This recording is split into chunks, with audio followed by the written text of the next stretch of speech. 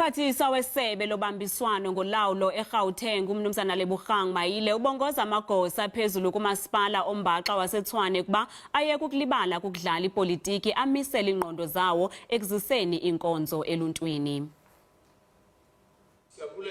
Umphathiswa unika umkhombandlela kulo masipala wasezingxakini okwabongoza amagosa aphezulu kulo masipala waseTshwane kuba azikhwebule ekudlaleni ipolitiki amisele iingqondo zawo ekuziseni kweenkonzo eluntwini. COGTA has a responsibility to provide oversight on all municipalities, and we are consulting with them, but we also want to assure them that this is a battle of politicians, and we want to ask them not to be part of that battle. They must focus on service delivery. That's all we want from them, nothing else. We don't want them to take any side.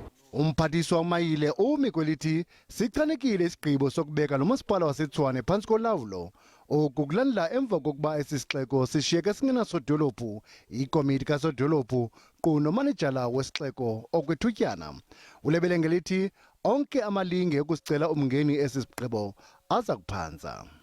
The provincial government has taken a decision, and after taking a decision, it can then consult the minister, the National Council of Provinces, and the legislature for concurrence. Those institutions have 14 days to respond and concur or not concur with our decision. Ukuba siyaqhubeka isisimo kulo masipala okukuthetha kuba kungalindeleka kuba kubanjwe unyulo lovalo skhewu kwisithuba senyanga ezintathu.